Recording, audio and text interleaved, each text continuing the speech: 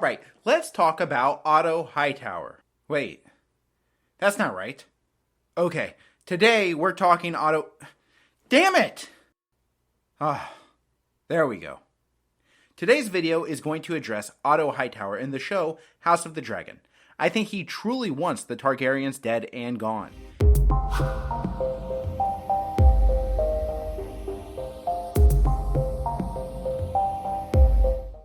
Many fans of the books and the new show have made the comparison between Otto Hightower and Tywin Lannister, and I think it's a fair comparison even if I believe they're actually much different in a lot of ways.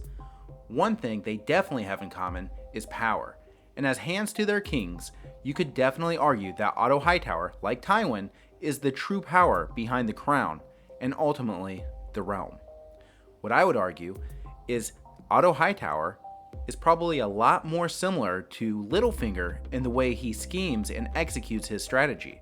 Because if you're paying attention, I think Otto Hightower has deliberately created chaos very early on in House of the Dragon.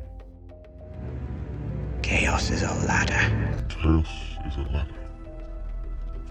From the moment that we're introduced to Otto in episode 1, he's quick to be divisive in the small council by dismissing Corlys Velaryon's concerns with the crab feeder in the Stepstones. Now that's one, but I think it's important to point out that the Velaryons being so closely attached to the Targaryen heritage, it makes sense to divide them if your goal is to eliminate the power of the Targaryens. Now you might say it seems Otto is loyal to Viserys and it appears to be only looking out for his best interest. While I disagree, you may consider looking at Viserys as a pawn in a much larger game for Otto, and we'll touch on this a bit later. That's more subtle, but I think it becomes much more obvious in the next council meeting that dividing the Targaryens is definitely in play for the king's hand. He condemns and provokes Daemon for his actions with the City Watch, but also for his lack of commitment to his wife, Rhea Arryn. There's an unspoken history between Otto and Daemon at this point in the show, but it's made clear that they are rivals. Sure, Daemon insults Otto, but it's only after Otto oversteps and provokes the Rogue Prince. Now I'm going to get into the conspiracy theory here a bit, but I think there's truly something to this. Otto Hightower is from Oldtown. Oldtown is home to the Citadel for the Maesters and the Faith of the Seven. Before the Sept of Baelor that you saw in Game of Thrones, the Starry Sept, also referred to as the Sept of Oldtown, was the hub for the faith of the Seven in Westeros. After Aegon's conquest, Oldtown could be viewed as the starting point for numerous uprisings in different ways opposing the Targaryens. The Targaryens' history of incest, and maybe most importantly, they opposed magic. Magic like fire-breathing dragons. Like the faith militant you saw in Game of Thrones, this religion existed and was just as extreme in their desire to restore the order before Aegon's conquest. Before Viserys, King Jaehaerys was able to achieve a truce with the faith. But I believe the faith, Oldtown, which is home to the Maesters at the Citadel, and House Hightower, have simply been biding their time, waiting to restore the faith of the Seven, which is why I believe Aemma Arryn in episode 2 could have been saved, and Maester Mellos manipulated Viserys into deciding between her and the baby. I also think Maester Mellos gives a very suspicious look when he's holding the baby Balon.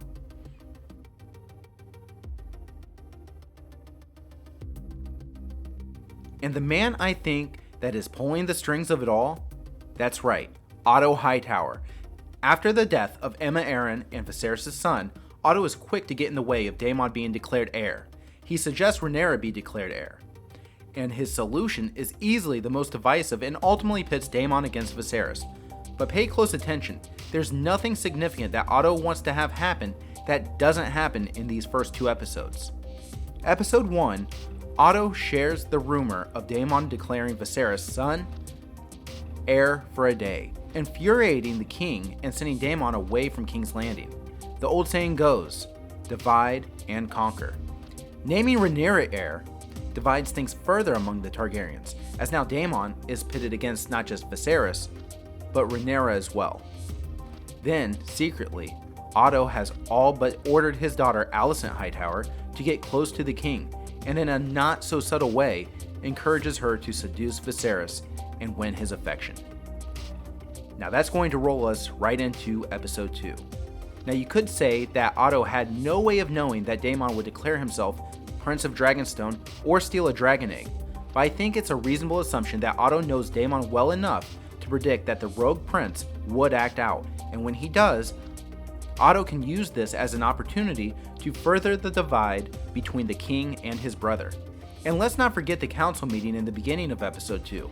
Again, Corlys of House Velaryon, the richest and most powerful house outside of the Targaryens, comes to the king again about the crab feeder in the Stepstones. Of all the things said, Otto makes a point to bluntly state to Corlys that a seat at the king's table does not make him an equal. Everyone has an opinion at the council meeting, but once Rhaenyra tries to get involved, Otto quickly distracts the king from allowing his daughter to have a meaningful input. But Rhaenyra isn't upset so much with Otto as she is with her father Viserys, as she's not being heard as a true voice in matters, even though she's the heir to the Iron Throne. All the while, Alicent Hightower continues to develop a closer connection to Viserys, at her father Otto's encouragement. Now, if you want to disprove the Hightower/Grand Maester conspiracy, you could point to the scene where Viserys informs Grand Maester Mellos and Otto Hightower of Corlys Velaryon's proposal to have his daughter Laena Velaryon wed King Viserys. Otto opposes Corlys' actions, while Mellos suggests that this would be a good idea. So they seem like they disagree, Mellos and Otto Hightower. However, there's something, again, very suspicious about the Grand Maester's look here. Now, if we go to the council meeting where Viserys is informed of Daemon stealing a dragon egg, initially Viserys declares that he will go to Dragonstone and deal with Daemon himself. Otto insists that it's too dangerous and that he'll go and deal with Daemon himself.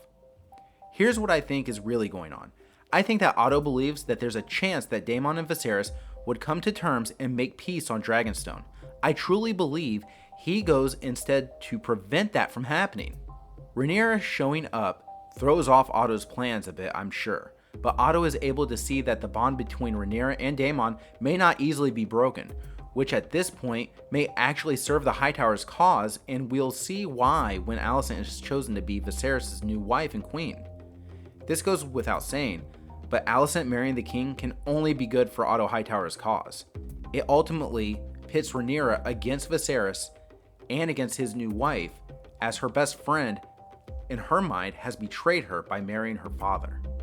If you ultimately want to restore the faith as the ultimate order in Westeros, having your daughter marry the king and successfully produce male heirs to the Iron Throne that are half Hightower could work really well. I mean, it served Tywin quite well to have his grandchildren serve as king, as he pulled the strings as Hand in the background.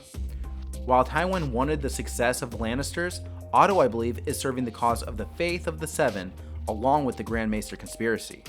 But at the same time, this is breaking down the Targaryens. It pits Rhaenyra against her father, it keeps Daemon against the crown, it hurts the relationship with Corlys Velaryon and the crown, and ultimately gives a situation where the only Targaryens in power will eventually be half Hightower, and partial to the wishes of Oldtown and the Faith. Let me know what you guys think in the comment section below. Once season 1 is over, I'll be interested to revisit this idea. Please like this video and subscribe for more content just like this. Thank you so much for watching.